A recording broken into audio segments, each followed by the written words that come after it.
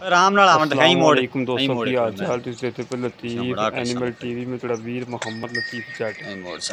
आज दोस्तों वास्ते माशाल्लाह दूजन झोटी वीडियो लेके आए हैं जी मालकन बकोल 9 तो 10 गड़मियाँ दुधियाँ ने मगर कट्टी है और 3 महीनों की डॉक्टर पास है अपना डॉक्टर नाल लिया के चेक करवा के जा सकते जी 3 महीनों की गब्बन है 9 तो 10 लीटर दुध है और प्राइस हैगी है 3,75,000 रुपया 3,75,000 रुपये प्राइस है। 3 महीने के डॉक्टर पास है मगर कट्टी है माशाल्लाह बड़ा अनमोल हीरा है कट्टी।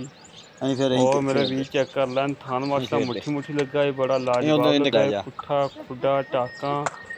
मेरे वीर चेक कर लैन तसलियाँ कर लैन तसलियाँ कराना साड़ा काम है जानवर देखना मेरे वीर का काम है। माशाल्लाह माशाल्लाह बिल्लियाँ अखा ने चूर कुंडा सेंगे धुनी कोड़ी तो बिल्कुल पाक साफ है ना धुनी है ना कोड़ी है कला कला थान लगा है कला कला थान लगा है मेरे भी चेक करन तसलियां करन मगर कट्टी है। दूसरे नंबर के लिए ये मझ 8 महीनों की गब्बन 8 महीनों की गब्बन है जी पहले नंबर की कट्टी है मेरे भी चेक कर लैन तसलियां कर लैन। तो आप नंबर है 308 65 30 668 308 65 30 668 कॉल नंबर है व्हाट्सएप नंबर है ईमेल नंबर है। इस तरीके अपने वीर नंबर जास्त पाकिस्तान जिंदाबाद पाक आर्मी।